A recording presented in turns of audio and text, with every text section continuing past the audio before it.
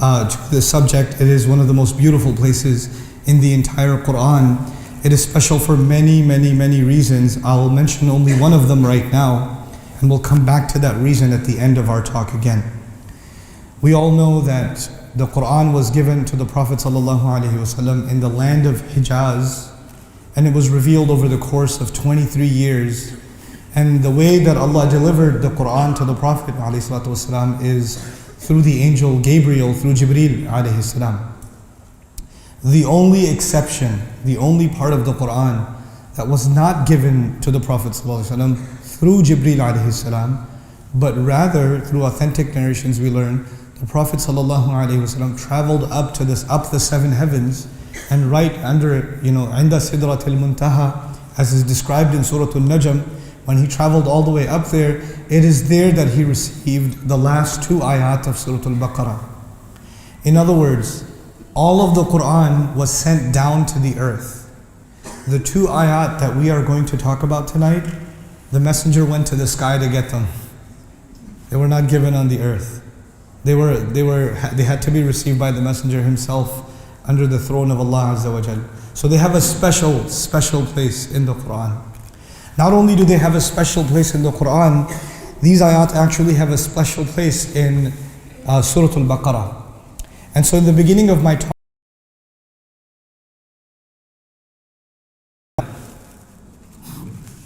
Quran's not organized. Anyway, what I want to talk to you about tonight is the last ayat of Baqarah that were given when? I forgot. Where were they given to Prophet ﷺ? Up in the heavens. They didn't come down, he went up. And these ayat were given at a place so crazy. Jibreel alayhi salam, he has a very high station. عند ذي العرش مكين. He's a very high place. And he delivers the Prophet ﷺ all the way up. But there is some security clearance even he does not have. He does not have that much security clearance. Only Rasulullah can go sallallahu alayhi wasallam. If Jibreel alayhi salam tries to go, his wings will burn off. So the Rasul sallallahu alayhi wasallam goes by himself. These are ayat. Not only did Jibreel alayhi salam not give it to them, Jibreel alayhi salam could not give it to him. He could not do it. They had to come from Allah. آمن الرسول بما أنزل إليه من ربه والمؤمنون. The messenger alayhi salatu wasalam believed in what was sent down to him from his Rabb, and so did the believers. I want you to imagine this situation. Allah is telling this ayah to Rasulullah sallallahu alaihi wasallam directly. Okay, bila hijab. He's telling him directly. And the thing he tells him is that the Rasul sallallahu alaihi wasallam. See, if you're talking to someone, if I talk to you, if you're, for example, a professor, I say, you are sitting here. I don't say the professor is sitting here. Because if I'm talking to you, I use the second person. I don't use the third person. But Allah is talking to the Messenger alayhi salatu wasalam. What does he say? آمن الرسول. لا, لم يقل آمنت يخاطبه مباشرة. أليس كذلك? He's talking to him directly. He didn't say you believed. He said the Messenger believed. Sallallahu alayhi wa sallam. وَهَذَا تَكْرِيمًا لِلنَّبِيِّ عَلَيْهِ الصَّلَاةُ وَالسَّلَامُ. Even in his presence, he speaks of him in the third person to honor him, alayhi salatu wasalam. The messenger is not just any messenger. The messenger believed. And Allah is letting him know that when Jibreel first came, alayhi salam, when Jibreel first came, even the messenger had to accept Islam. Like, we say somebody converted to Islam, somebody reverted to Islam, somebody took Shahada. Well, the Messenger ﷺ also had to, in a sense, become Muslim when the angel came. And that moment was a big moment. When the angel came, he has no idea what's going on. He has no clue what this is yet. When he's being shaken and he's being told, Iqra, read, he has no idea what's going on. Ma ana biqari. This is an incredible scene. And when Rasulullah ﷺ goes up to meet with Allah, Allah reminds him of that scene. يتذكر حينما آمنت بما أنزل إليك. آمن الرسول بما أنزل إليه. The messenger believed in what was revealed to him. Alayhi salatu wasalam. You know what's remarkable about that? In the beginning of the surah, what are the first words? Alif Lam Mim, Thalika. Serious on purpose. Just like he did in the beginning of the surah. وَالَّذِينَ يُؤْمِنُونَ بِمَا أُنزِلَ إِلَيْكَ وَمَا أُنزِلَ مِنْ لَمْ يَقُلْ أَنزَلْنَاهُ إِلَيْكَ أُنزِلَ إِلَيْكَ وَمَا أُنزِلَ مِنْ قَبْلِكَ. Again at the end of the surah, it's a mystery. What was sent down? Now what was sent down is the first time he heard it, he didn't even know what was happening. It's coming down, but I don't know what this is from. So Allah adds, مِنْ رَبِّهِ. Then he solves the mystery. Then it's the first unzila ilayhi, then min rabbihi. Then from his master. There are easier ways to say this. نقول من قواعد اللغة خير الكلام ما قل ودل. آمن الرسول بما أنزل ربه إليه. أقل أنزل إليه من ربه. فحذف الفاعل ثم ذكر الفاعل. سبحان الله. First he doesn't mention who did it, then he mentions who did it. Look, let me tell you in English. Easy. The cake was eaten by me. What's an easier way to say that, guys? I ate the cake. Why you gotta talk like Star Wars? You can just say, I ate the cake. That book was published they published the book. See, easy. He made it a mystery because that's exactly the journey. When you first hear this kalam, you don't know what hit you. What is this? I don't know what this is. It's not from here, it's from somewhere else. And then eventually you discover it is from your Rabb. Just like that, the journey is captured in unzila ilayhi min rabbihi. Look at the journey of Umar radiallahu anhu. He hears the kalam hiding behind the khilaf al-Kaaba. He hears the kalam, hears the speech of Allah, and a first response, ما أعجب هذا الشعر. Oh, this is nice poetry. وما هو بقول شاعر. It's not the word of a poet. So, where is it from then? Kahin? ولا بقول كاهن. And then finally he understands من ربه تنزيل من رب العالمين. It's sent down from the master, from the Rabb. I'll move along. So now, where is the messenger again? Where is this ayah coming from? No human being has ever been there. This is the only time. This is the closest humanity has ever been to Allah subhanahu wa ta'ala. The next closest thing in the history of humanity was Musa alayhi salam, and he didn't get higher than a mountain. He was on top of a mountain and he spoke with Allah. Yeah?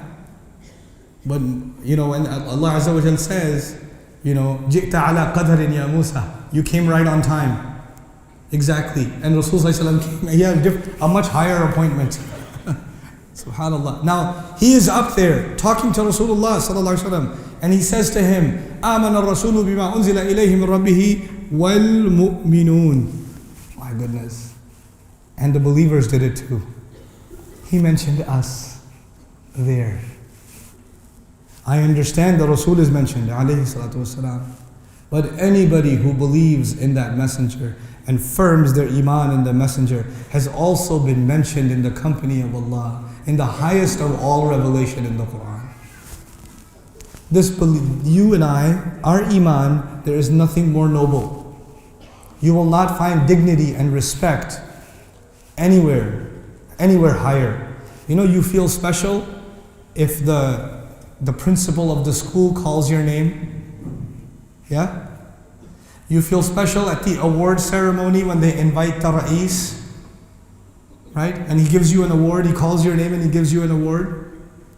You feel special if the president of a country, the king of a country, they call you and they have a personal meeting and they mention you. Hey, he talked about me? Hey, he mentioned my name? The Messenger ﷺ is in the greatest throne there ever was. And you are being talked about. وَالْمُؤْمِنُونَ. These ayat are special. These ayat have elevated the believer like no other ayat. We are being mentioned in that company, subhanAllah. Every time you recite these ayat, you and I should remember the station that Allah has given us. No Muslim is insignificant to Allah. No Muslim is insignificant. I don't know your names. I don't know. Allah knows every one of your names. And every one of you that has real iman in their heart has been mentioned in the Arsh. Every one of you, in that one word, وَالْمُؤْمِنُونَ. Beginning with the Sahaba and until now. And then, so that's the first honor, right? But the second honor that I wanted to highlight is that Allah Azza wa Jal in the Quran describes the greatness of the Prophet sallallahu alaihi wasallam. And we know we will never be close to the Prophet sallallahu alaihi wasallam. He's always going to be here, we're always going to be down here. No matter if we were the best we could ever be, we could now come close to the dust on his feet. It's never going to happen. وَاعْلَمُوا أَنَّ فِيكُمْ رَسُولَ اللَّهِ. There's the higher status. But in this one ayah, He didn't just bring you close to Allah, He brought you close to Rasulullah too, sallallahu alayhi wa sallam. كَيْفْ كُلٌّ آمَنَا. What does the word kull include? It includes the messenger and it includes you. In the previous ayah, it was the Rasul believed and the believers believed. There were two words. Now in the next statement, kullun combines both of us together. Now we are inseparable. Kullun amana billahi. Every one of them, every single one believed. Now Allah put me and Rasulullah sallallahu alayhi wasallam in the same word. He put us in the same word. Subhanallah. The closeness that Allah wants us to have to Rasulullah sallallahu alaihi wasallam is inside this one word, kullun. Amana billahi wa malaikatihi wa kutubihi wa rusuli. Every one of them believed in Allah and His angels and His books and His messengers. Now why mention all of this? The Muslims are the last ummah that will walk this earth. We are the last ummah. All the books before us, the best of them has been recorded in the Quran. Are there things in the Quran that were from the wahi given to Dawood alayhi salam? Yeah. Are there things in the Quran from what was given to Ibrahim alayhi salam? Yeah. Are there things in the Quran from what was given to Musa alayhi salam? Yeah. Does the Torah have what the Quran has? No, only a little bit. Does the Injil have what the Quran has? No, only a little bit. We have the best of every one of the previous revelations. Actually believing in this one book is truly the definition of believing in all the previous books. And this is so important to understand. You know, we think that the Christians and the Jews, the Muslims, are actually, one of our jobs in the world is to restore the integrity and the beauty of all the messengers and all the previous books. And you can only do that when you share the Quran with the entire world. The Jews don't know who Moses is, I tell you. They don't know who Abraham is. The Christians don't actually know who Jesus is. We know who He is, and we have to tell them. People think when you give da'wah to Islam, you have to tell people who Muhammad is sallallahu alayhi wasallam. I argue they will not appreciate Muhammad sallallahu alayhi wasallam because they don't even appreciate their own prophets yet. The Quran has come to restore the dignity of their prophets. I go to churches and I talk about Jesus. I go to churches and I talk about Moses. Subhanallah. Talk about the honor given to the Muslims in these ayat. These ayat have a special place for a reason. وَقَالُوا سَمِعْنَا وَأَطَعْنَا غُفْرَانَكَ رَبَّنَا. By the way, when we say we don't make any distinction between prophets, I want to clarify an important confusion that Muslims have, that I've seen many times, that we need to let go of. In the Quran, does Allah talk about Yusuf alayhi salam? Yeah, He talks about Musa alayhi salam. So we learn lessons from the life of Yusuf and the life of Musa alayhi salam. Some people say, no, we don't learn too much from them because their sharia is mansukh. The law that was given to them, the wahi that was given to them, no longer applies. We believe in the sharia given to who? Rasulullah sallallahu alaihi wasallam. Ya ayyuhal insan. It is mentioned in the Quran, and when it's mentioned in the Quran, it is mentioned because these parts of their legacy are timeless. Allah does not mention something in the Quran because it does not apply. Allah mentions something in the Quran because it will always apply. Even if it's from Yusuf alayhi salam, even if it's from Adam alayhi salam, even if it's from Musa alayhi salam. What kind of an idiotic thing it is to say, well, no, this is not Shari'at Rasul sallallahu alayhi wasallam. Wait, it's in the Quran, it is the Shari'at of Rasul sallallahu alayhi wasallam. You mean the only time we listen to Quran is when it's talking about Rasulullah? This is what this ayah solves. لا نفرق بين أحد من رسله. Every messenger is valuable to us. Every messenger is valuable. By the way, these messengers are so valuable that they were even valuable to Rasulullah himself sallallahu alaihi wasallam. How does a Muslim say they're not valuable to us? We only care about Rasulullah. By the way, by extension, how many people got upset because of Charlie Hebdo? Show of hands. How many people got upset because of the cartoon incident? I was upset. I was really upset. How many people get upset because of The Simpsons? Because of Family Guy? Because Jesus is made fun of? Because Moses is made fun of? There's no protests in the Muslim world because Jesus was made fun of. There's no protest because Moses was made fun of. There's no protest because Adam was made fun of. They draw naked pictures of Adam and Eve. No Muslim gets offended. Oh, that's just Christians. What? These are our messengers. They're not their messengers. لا نفرق بين أحد من رسله. We are supposed to stand for all the messengers, all the same. What's the point of believing in this Quran? We don't do that. No, that's just a Christian thing.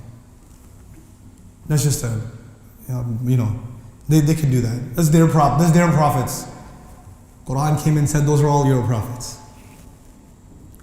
The Rasul ﷺ combines the best qualities of all the prophets in one. And when the Rasul ﷺ is going through difficult times, when Rasul ﷺ himself is having a difficult time, Allah gives him ayat about other prophets.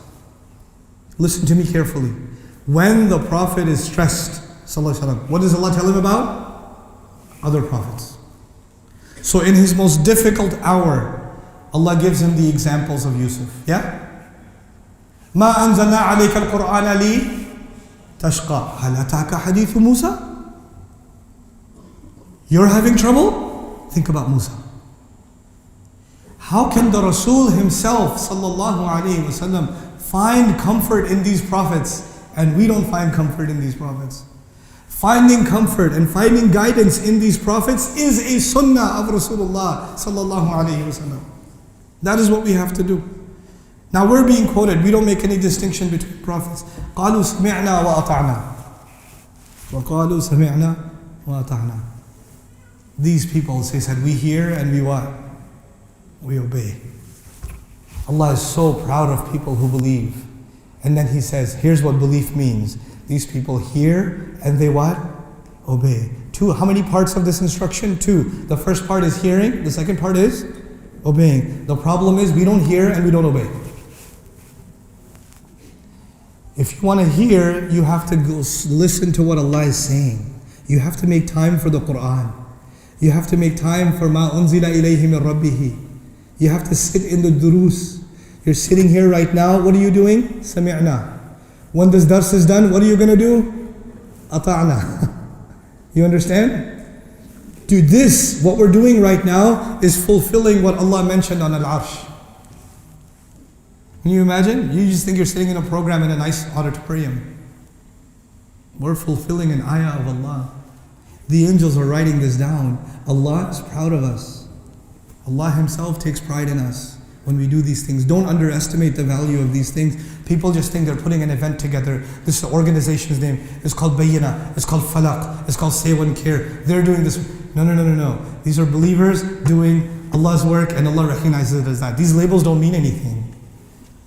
What really means is what's actually happening when the word of Allah is being shared. I was raised in a Pakistani family. I think most of you that have been raised in an average Muslim family, until the time that you are teenagers or even 20 years old, you know very little about the Quran. Very, very little about the Quran. You memorize some surahs, you've heard some khutbahs here and there, but you never actually took the time to study or think about or ponder, reflect on the Quran. True or no? It's true. Which means we are an ummah ما سمعنا. We didn't hear. Now if you don't hear, obviously you're not going to what? Obey. So if you want to fix the problem of the ummah, people keep saying Muslims have to obey, Muslims have to obey, Muslims have to obey. I say, no, ya rajul. Muslims have to what first? Listen. Let them listen first. When they listen, then if there is good in their heart, they will obey. We're not even giving them a chance to listen. That's what we have to do right now. That's what has to happen. وَقَالُوا سَمِعْنَا وَأَطَعْنَا. And the other reason, by the way, you could just say أَطَعْنَا. وَقَالُوا أَطَعْنَا يَا رَبِّ. أَطَعْنَا. Why سَمِعْنَا وَأَطَعْنَا? There's a reason. Without sama' they cannot be ta'ah. Okay? لولا سمع فلن يكون طاعة فلن تكون طاعة. You don't have sama', you're not going to have ta'ah. If we do not provide the opportunity to the entire ummah to understand the beauty of the word of Allah, to hear the kalam of Allah in a loving way, Rasul taught it in a loving way. Allah taught it in a merciful way. Ar-Rahman 'allama al-Qur'an. Not Al-Jabbar 'allama al-Qur'an. Ar-Rahman 'allama al-Qur'an. It has to be taught with rahmah. When you teach Qur'an with rahmah, then people will listen. And when they listen, naturally, what will come? Obedience. The problem is, we keep complaining about obedience and we don't give them a chance to listen. We don't give them a chance. Rasul, did he expect people to come to him or did he go to the people? He went to the people. What do? We expect the people to come to us. مَا لِي هَؤُلَاء لَا يَأْتُونَ الْمَسَاجِدِ. They don't come to the masjid, these people. لا يحضرون الحلقات. ما لهم. What's wrong with these people? They don't attend the halaqah, they don't attend the masjid. What's wrong with you, man? You have to follow the guidance of the messenger. You have to go to them. You have to go to them. Which means we have to learn to figure out, how do we reach them? How do we reach people? We have to reach them through television, through the internet, through friends. We have to reach them at restaurants. We have to reach them at the university. We have to reach them while they're playing sports. Share something with them. Not everything has to be formalized. Not everything has to be formalized. Actually, I reached you before you reached me. You know that, right? I reached you how? YouTube, podcasts. I got some way of getting to you. I messed you up somehow. And then I came here, and I came from a short distance. You came from a long distance from home. But I came here, but you had to come here, right? You came. You're ready. Why are you here? It's a nice evening. You could be doing so many other things. There must be some really nice shawarma places here. Why are you here? The fact that you came here is actually a kind of itta'ah. You took an act. You got in your car. You left home. You didn't watch a movie. You didn't listen to sit here, someone listen to some songs or something. You came here. This is an act of obedience. But this happened because you did what first before? Listen first.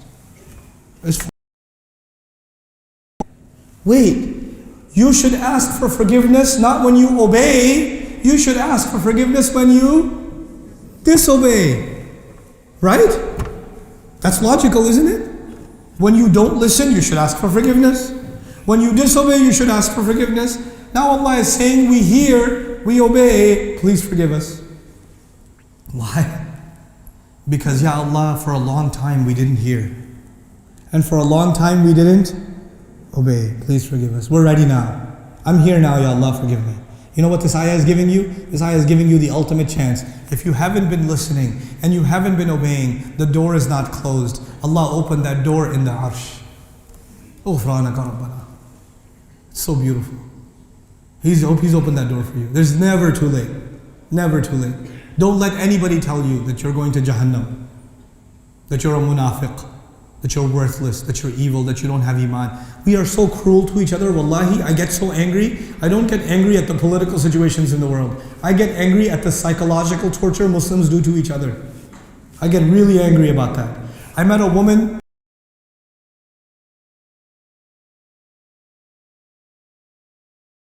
Now, I want to tell you about the word masir. There are two meanings. There are two. Ibn al-Faris argues that Sara yasiru combines two meanings. He says, فُلَانٌ عَلَى صَيْرِ الْأَمْرِ يعني في منتهى الأمر. Sayr also means the end of something. Which is why some translations say, إِلَيْكَ الْمَصِيرُ, to you alone is the final return. Yeah? That's Masir. But Sara also means asbaha. Sara musliman bima'na asbaha musliman. He became a Muslim, to transform. The combination of those meanings. To you, Allah, is the place where we will finally return, and heading to you, we will experience transformation. What Allah is telling us is when we are before Allah on Judgment Day, we will be a completely different creature. We will not be the same. You know, this is not al-nash'at al-ukhra. This is nash'at al-ukhra. This is something else. But as we are journeying to Allah, we are every single day experiencing some transformation. Every single day something is changing inside of us. That is what's supposed to happen. Your goal, listen to me carefully, your goal is not to memorize the Quran. Your goal is not to learn Arabic. Your goal is not to know all of Tajweed. Your goal is not to do this number of ibadah or that. Your goal is not to get ijazat in all the ulum. This is not your goal. Your goal is progress.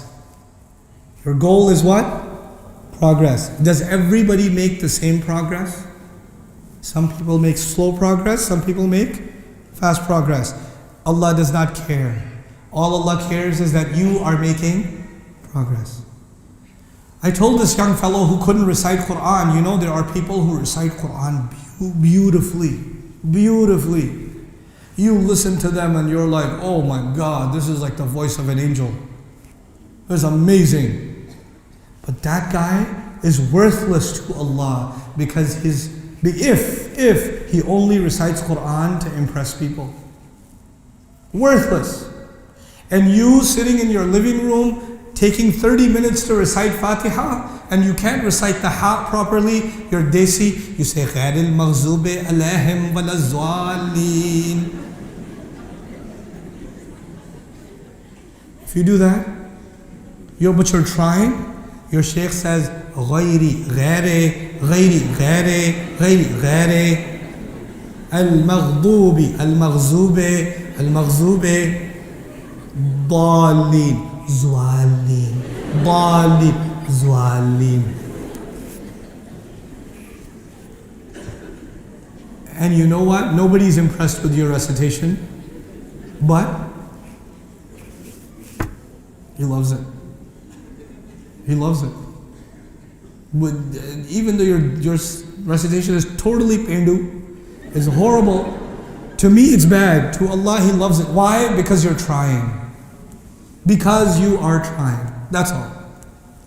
That's all it is. We have made artificial goals. There are some people who study Quran. Ladies, I'm talking to you. You have a problem. Some of you study deen, you have obsessive compulsive disorder. Until I know all the words of the Quran, I don't know anything. Until I don't memorize this surah, I don't know anything. Oh my God, I have to finish Tafsir ibn Kathir, then I have to finish Ibn Ashur, then I have to finish. Relax, ladies. Calm down. You have to make progress. This deen of this book is so beautiful. But you have to balance your life. You just have to study deen a little bit. Then you have to live your life. Because the Quran wants you to stop reading Quran. You know that? The Quran doesn't want you to read the Quran all day. Allah يقول سبحانه وتعالى سيروا في الأرض أفلم ينظروا إلى الطير فوقهم فكيف ينظر إلى الطير في المكتبة. اذهب. Go outside, go look at a bird.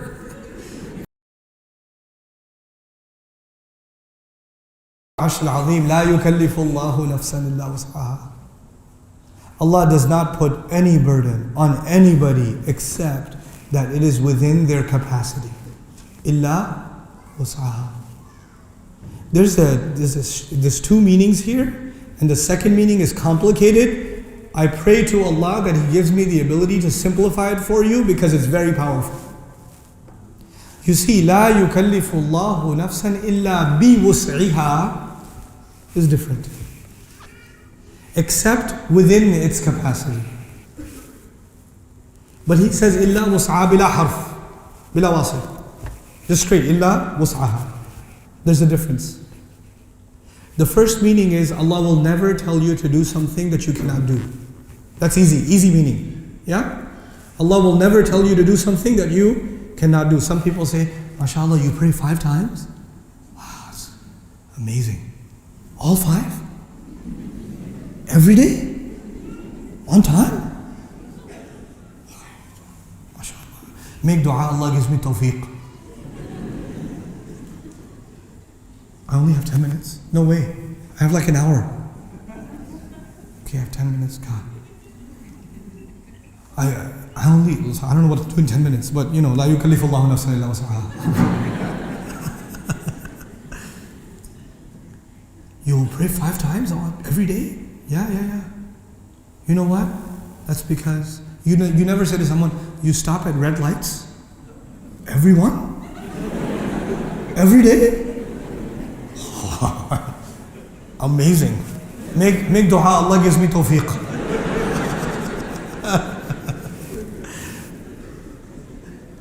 You respect Allah, it's not a big deal. It's not too hard. Allah never gave you any regulation that's too hard, ever. وَمَا جَعَلَ عَلَيْكُمْ فِي الدِّينِ مِنْ حَرَجٍ. Allah wouldn't put any difficulty in the deen for you at all. That's Allah's promise. That's Allah's promise. Here's the second meaning. Oh, this is epic.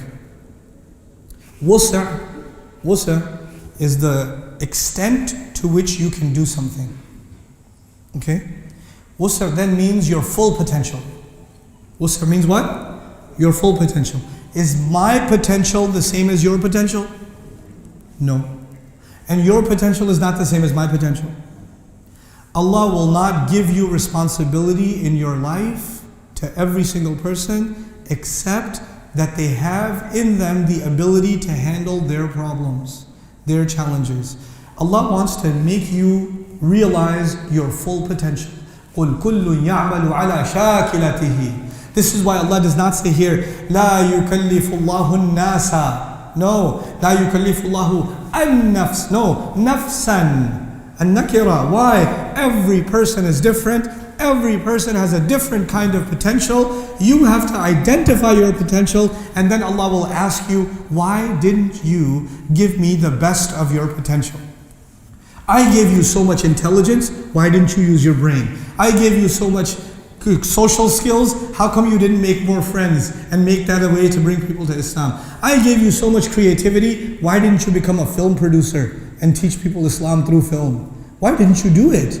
You had so much potential. I gave you that potential. Allah gave us that. وَأَنْفِقُوا مِمَّا جَعَلَكُمْ مُسْتَخْلَفِينَ فِيهِ. Spend to Allah, for Allah, what He has given you.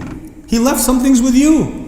Allah says, I will not put a burden on you. So when I say, I could be doing a lot of things with my life, and you could think, MashaAllah, that was a good talk. I only slept for 1 hour. But if you're listening to this, you could be impressed with what I do, but I cannot be impressed with what I do because I know I have more what?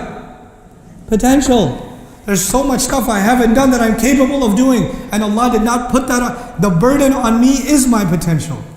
That's the second meaning. My load, my responsibility is my potential. Not just the ahkam of Allah, because the ahkam of Allah, wallahi hiya khafifa, yuridu Allahu an yukhaffifa ankum. Allah wants to lighten your burden. The deen of Islam is easy. No. But your potential that will make you go high, that is something else. When an athlete wants to perform at the peak performance, does he have to go through hard training? Yeah. He has to go through torture every day. The amount of exercise, the amount of rigorous training, the nasty food he has to eat. And he can't eat cake, he can't drink soda, he can't do all that stuff because he has to meet his potential. You have to make sacrifices to reach your potential. And Allah told you that on Al-Arsh Al-Azim. No excuses, people. No excuses. Everybody better hit their potential. لَهَا مَا كَسَبَتْ وَعَلَيْهَا مَا اكْتَسَبَتْ. You will have to your advantage whatever you earned. Easily. And earning with Allah is easy. Every time you make efforts, it is easy earning with Allah. وَعَلَيْهَا مَا اكْتَسَبَتْ. And against it, people make so much effort to earn. People make so much effort to, sin is actually difficult. Allah is saying your fitrat Allah, fitrat al-nas, التي فطر الله عليها, فطرة الله التي فطر الله عليها, فطر الناس عليها. The nature on which Allah made you is obedience is easy. يشرح صدره للإسلام. His chest becomes open. He can breathe easy when he obeys Allah. But when he disobeys Allah, his chest becomes tight. الاكتساب فيه تمهل ومدة واجتهاد وإبطاء. Sins, the things we do that hurt us, they actually, Allah is reversing the equation. You know, for a lot of people, they think sins are easy, obedience is difficult. When believers believe, all their definitions change. When you really have Iman, your definitions change. For everybody else, sins are easy, obedience is difficult. But Allah used the easy word with good deeds, and He used the difficult word with sins. لَهَا مَا كَسَبَتْ أَسْهَلْ وَعَلَيْهَا مَا اكْتَسَبَتْ أَصْعَبْ. For you, obedience is easy and disobedience is difficult, if you have Iman. And this will be the gift of Allah to you. For everyone else, disobedience will be easy. For you, Allah will make disobedience difficult.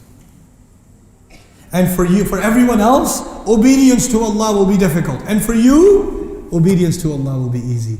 This is لَهَا مَا كَسَبَتْ وَعَلَيْهَا مَا اكْتَسَبَتْ. What an amazing gift from Allah. He reverses the reality for most people, if they just have Iman. Allahumma ja'alna minhum. Rabbana, Rabb, now we make dua to Allah. La tu'akhidna, please don't grab us, don't hold us. In nasina aw akhta'na, if we forget, or if we keep making mistakes. Is forgetting a small problem or a big problem? For some people, they think it's a small problem. I forgot, no big deal. No big deal. Let me tell you how big nisyan is. وَلَقَدْ عَهِدْنَا إِلَىٰ آدَمَ مِنْ قَبْلِ فَنَسِيَ. Why did Adam alayhi salam get sent to the earth? One of the reasons Allah describes, because he forgot. Forgetfulness can get you out of Jannah, according to the Quran. Forgetfulness is not a small problem, it is a big problem. Now let me tell you about forgetfulness. A couple of comments are necessary about forgetfulness. The best example I can think of is Surah Al-Mujadala. يَوْمَ يَبْعَثُهُمُ اللَّهُ جَمِيعًا فَيُنَبِّئُهُمْ بِمَا عَمِلُوا أَحْصَاهُ اللَّهُ وَنَسُوهُ. The day on which Allah will gather people, He will tell them what they did, Allah will record what they did, but they had forgotten it. You forget something when it's not a big deal. You forget something when it's not a big deal. When something is important, you don't forget. When something is not that important, you forget. I'll call you back. Hey, you never called me back. Oh, I forgot. Okay? But if your wife calls you, you better call her back. If you love your life, you better not forget. If you tell her you forgot, Inna lillahi wa inna ilayhi raji'un. It was nice knowing you. Acha, you forgot. You come home, I tell you what forgot. La tu'akhidna in nasina. Don't grab us if we forget. How do people forget? When does a young man forget to pray? When he's watching a movie. He's watching a movie, the curtains are drawn, he's watching, Maghrib came, Maghrib left. Oh my God, I missed Maghrib. I totally forgot. That's when you forget. You forget when you get busy with things that are less important and you leave things that are more important. You have to make an effort in your life to not allow important things to be forgotten. This takes planning and it takes effort. It doesn't happen automatically. We are asking Allah, رَبَّنَا لَا تُؤَاخِذْنَا إِن نَسِينَا أَوْ أَخْطَأْنَا. Notice, استعمال الماضي. إن ننسى أو نخطئ. لا. إن نسينا أو أخطأنا. فما الفرق بين المضارع والماضي في الشرط? When you put a conditional statement, when you use the past tense, if we forgot, if we made a mistake, the benefit of that is that it should happen once. المضارع فيه استمرار والتكرار. الماضي فيه حدوث مرة واحدة فقط. This has happened one time. Ya Allah, if one time I forget, if one time I make a mistake, forgive me. You're not telling Allah, Ya Allah, you know I forget a lot, so By the way, I make a lot of mistakes, so just forgive. No. Ya Allah, I will do my best never to make a mistake. I will make my best, do my best never to what? Forget. But will it happen? Yes, it will happen. But it won't happen on purpose. If it was the present tense, it would have allowed for you to forget and make mistakes on purpose. Just the past tense alone is letting you know that this cannot happen on purpose. It's a once in a while thing. Yes, it will happen, but Ya Allah, just don't grab us. By the way, Banu Israel were grabbed. Adam alayhi salam was grabbed because he forgot, yeah? And now we're saying, Ya Allah, give us more rahmah than Adam alayhi salam. Because when Adam alayhi salam was grabbed, think about this. Adam alayhi salam was grabbed. He went from Jannah to where? Earth. So he went from high to what? Low. If we get grabbed, we get low to really low. Because he went from the top floor to the bottom floor. But there's a basement too. Where's the basement? Jahannam. There's Jannah on top, Dunya in the middle, Jahannam at the bottom, yes? Adam alayhi salam, because he forgot, he went from the top floor to what? The middle. If we forget and get grabbed, what's going to happen? Middle to the bottom. We can't afford that one. La tu'akhidna in nasina aw akhtana. We can't afford to fall more than this. He was told, ihbitu minha jami'an. We cannot have more hubut. We can't afford it.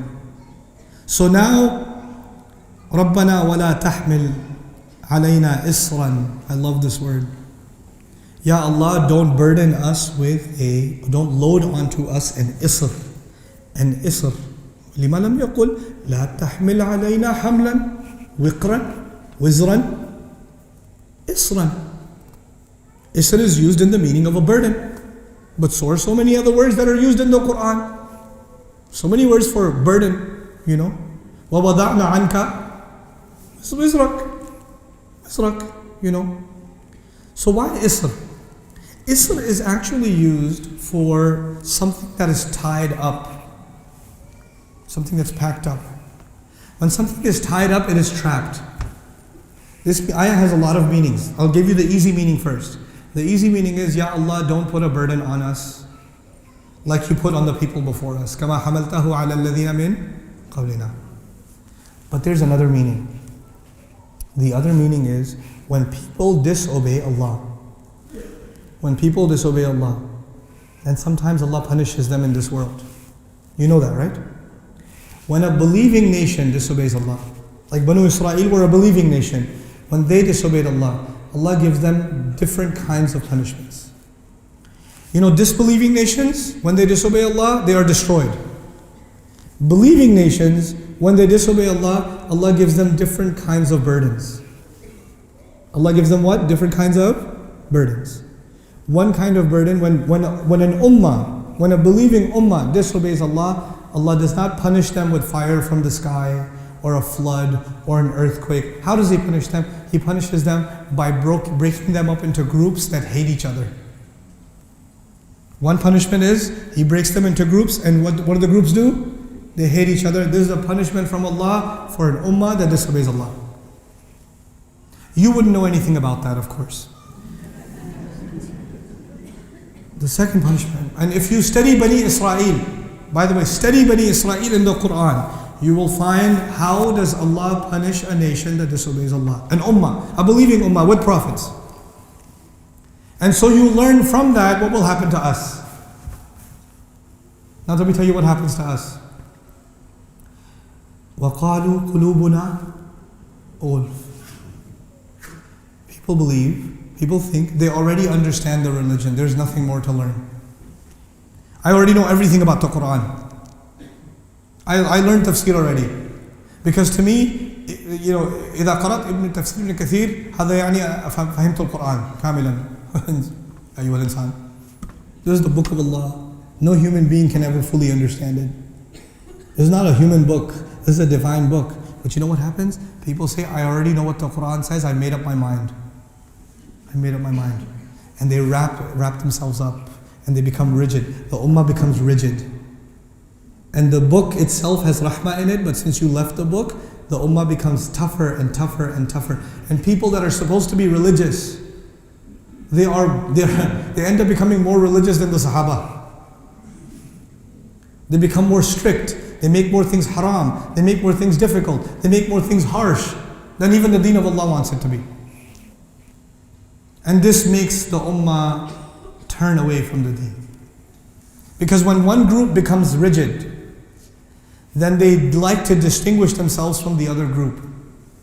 And the other group becomes more rigid because every action has an equal but opposite reaction. So now you got two extreme groups.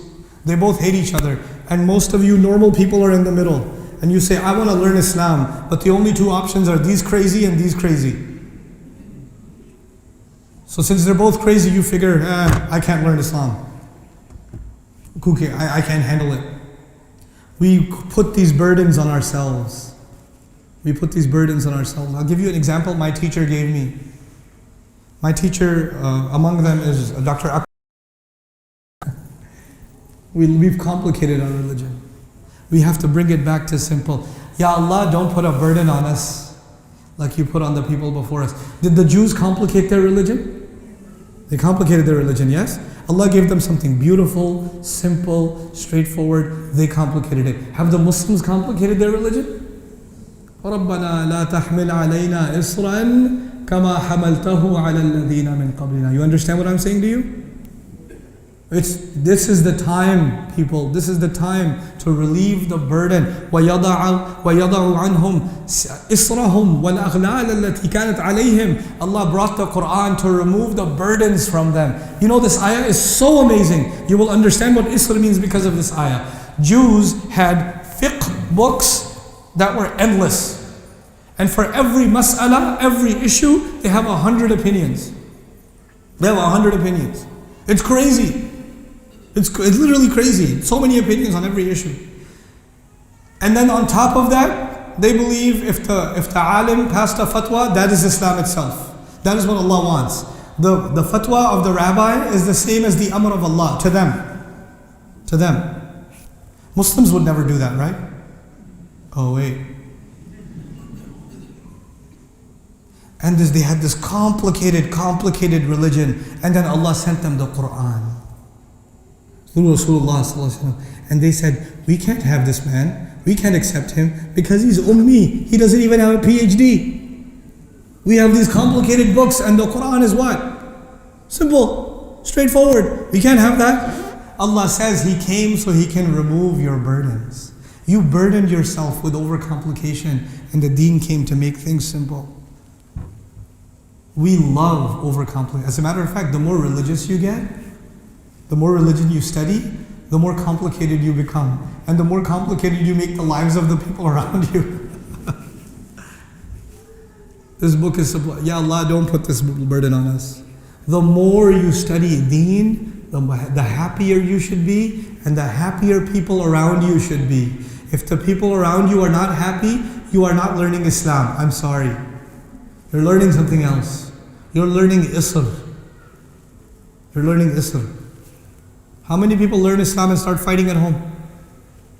Start conflicts at home, arguments at home because of deen. That's not how you learn deen. Deen is supposed to increase love among people, not hate. That's what it's supposed to do. Subhanallah. I'll give you one more comment about that, because a lot of people have fights in their... You don't have to admit if you have one. How many people know of situations where people fight in the family, among friends, because of religion? Oh, ijma' indi ummah. There's ijma' and ikhtilaf. Let me tell you something about that. Allah taught the Quran to the Quraysh, yes? Were the Quraysh good people, most of them? Most of them did not accept. In the beginning, most of them rejected. They became the worst enemies of Islam.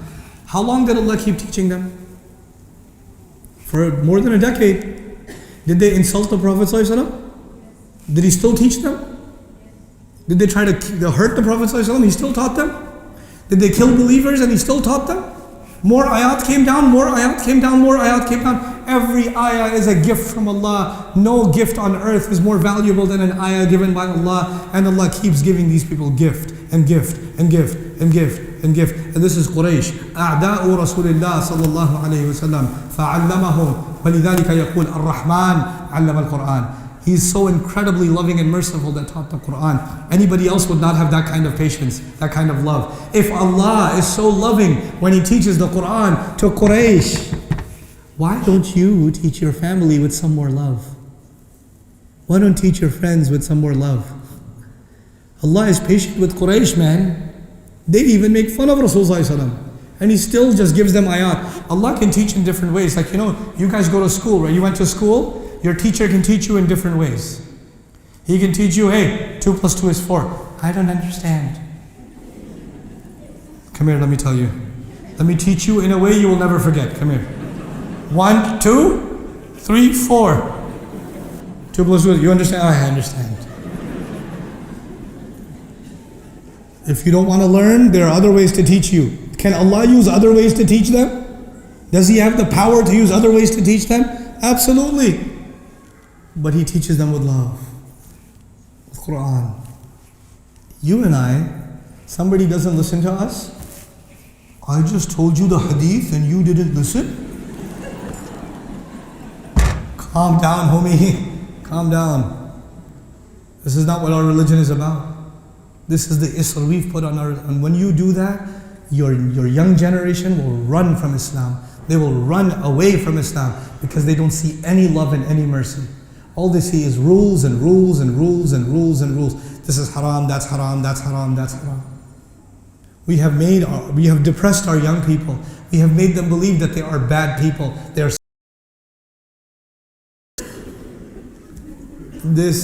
why do the Sahaba say Rasul is always smiling? This word is supposed to be spread with joy. رَبَّنَا وَلَا تُحَمِّلْنَا مَا لَا طَاقَةَ لَنَا بِهِ.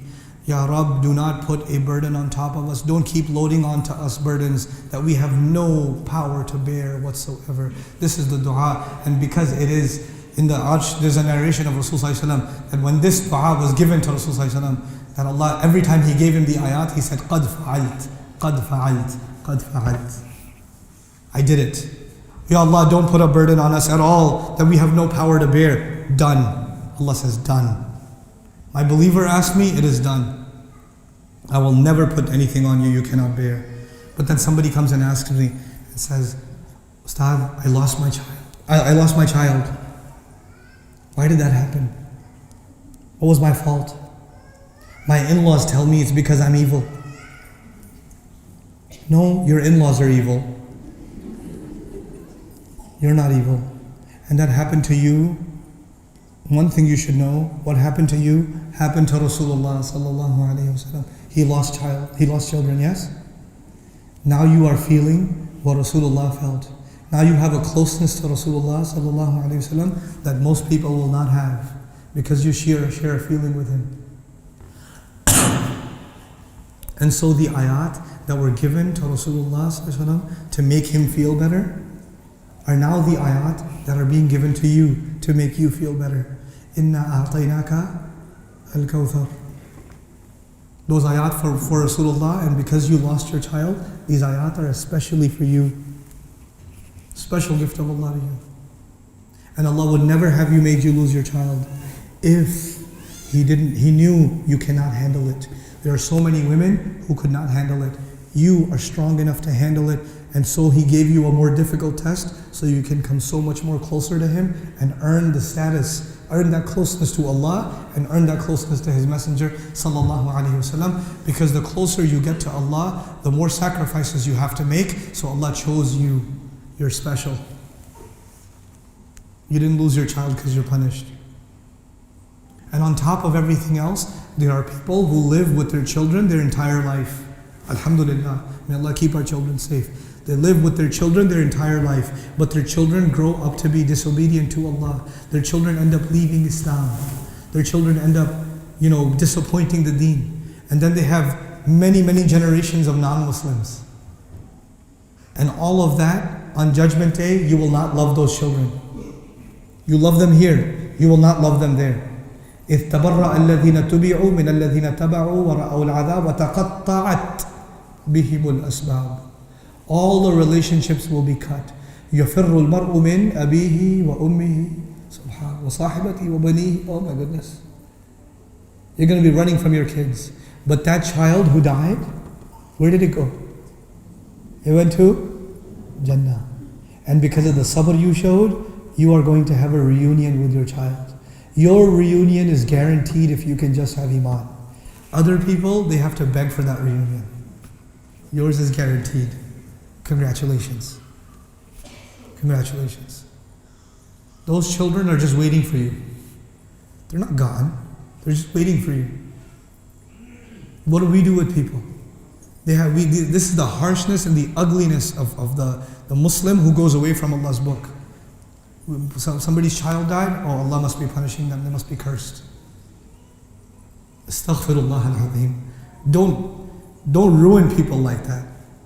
Our messenger would not do that, sallallahu alayhi wa sallam. رَبَّنَا وَلَا تُحَمِّلْنَا مَا لَا طَاقَةَ لَنَا بِهِ وَاعْفُ عَنَّا. Pardon us. Ya Allah, lovingly forgive us. وَاغْفِرْ لَنَا, and cover our mistakes. Our mistakes are many, just cover them. وَارْحَمْنَا, and show us love and mercy. What is the order? What is the benefit of this sequence? وَاعْفُ عَنَّا وَاغْفِرْ لَنَا وَارْحَمْنَا. When you make a mistake, if my wife makes a mistake, I am what? Angry. Yeah? If I make a mistake, my wife is angry, my mother is angry, somebody's angry. The first thing is, I don't want you to be angry.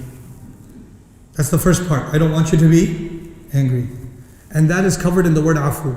Al-afu is actually forgiving someone out of love and letting go of the anger. When you let go of the anger, that is called afu. If you say maghfirah, yeah, that's fine, I won't need 10. If you say maghfirah, you forgave someone, but that does not mean the anger is gone. Okay? You forgave someone, but the anger is not gone. But if you do afu to someone, then you forgave them and the anger is gone. And then after you have lovingly forgiven us, then on top of that, cover our mistakes. وَاغْفِرْ لَنَا, and please protect us and show us love and care. وَارْحَمْنَا means two things. Don't let us fall into sin to begin with. Keep us in your protection. Keep us in your rahmah, so we don't make the mistake to begin with. And second of all, once we have made the mistake and you have forgiven us, keep us in your rahmah, which means keep us in Jannah. And then once فَانْصُرْنَا عَلَى الْقَوْمِ الْكَافِرِينَ, then aid us against the disbelieving nation. This is the last 2 points I want to make, but they're probably the most important. When you say, Ya Allah, don't hold us because if we forget or make a mistake. Ya Allah, forgive us. Ya Allah, show us mercy. Is that about you or is that about someone else? That's about you. When he says, فَانْصُرْنَا عَلَى الْقَوْمِ الْكَافِرِينَ, is that about you or someone else? That's someone else. Aid us against the disbelieving nation. So there seems to be a conflict, yes? Part of the dua was for you, and part of it is so you can get help against the enemy. The question arises, why do you have an enemy? Why do you have an enemy? The Muslims have enemies today, yes or no? Yeah, sure. Did the Muslims have enemies at the time of the Prophet ﷺ? Yes or no? But it's not the same. It is not the same.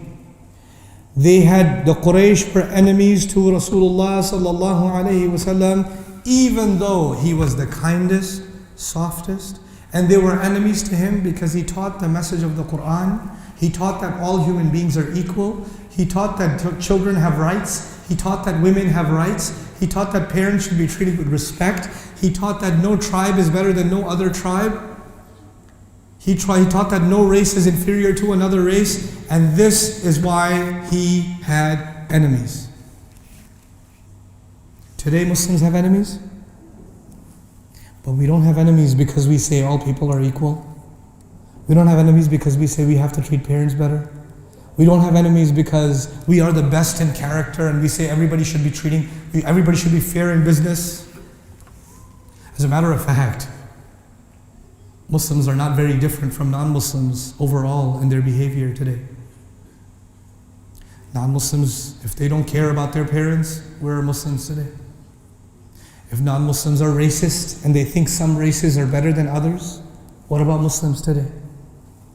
We have that problem or not? If non-Muslims think wealth makes you better, if you have wealth, you are better. If you don't have wealth, you are worse. And Islam came to say your money doesn't mean anything. Inna akramakum indallahi atqakum. That is the only thing that matters. That is the only. يَوْمَ لَا يَنْفَعُ مَالٌ وَلَا بَنُونَ إِلَّا مَنْ أَتَى اللَّهَ بِقَلْبٍ سَلِيمٍ. The only thing that matters is what you have in your heart. Today the Muslims live like that or no? Nope. And you know the proof of that? I don't want to blame governments. I don't want to blame countries. I'll talk about you and me personally. When you want to get your son married, do you look at the race? Do you look at the money? Do you look at these things? Because they have to be good enough for us? Or do you look at the character? Most people say, well, if they have money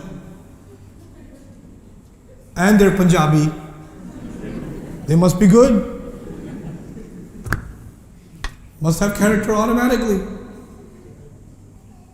The way we seek sons for our daughters, daughters for our sons. We have enemies, but we don't have enemies for the right reasons. We have enemies for the wrong reasons. The ayat of the Quran apply. فَانْصُرْنَا عَلَى الْقَوْمِ الْكَافِرِينَ. When you have made enemies for the right reasons or the wrong reasons? The right reasons. And the right reasons are when you stand up for the integrity, the principles of Rasulullah sallallahu alaihi wasallam. When you make enemies for that reason, then yes, ask. فَانْصُرْنَا عَلَى الْقَوْمِ الْكَافِرِينَ. When you don't do anything the messenger did, and you say فَانْصُرْنَا عَلَى الْقَوْمِ الْكَافِرِينَ, you're making joke of the ayat. You're making fun of the ayat. I even argue when they make fun of the Prophet ﷺ in these cartoons, some of these people are evil. They are evil. And they make fun of it no matter how much they know about Islam.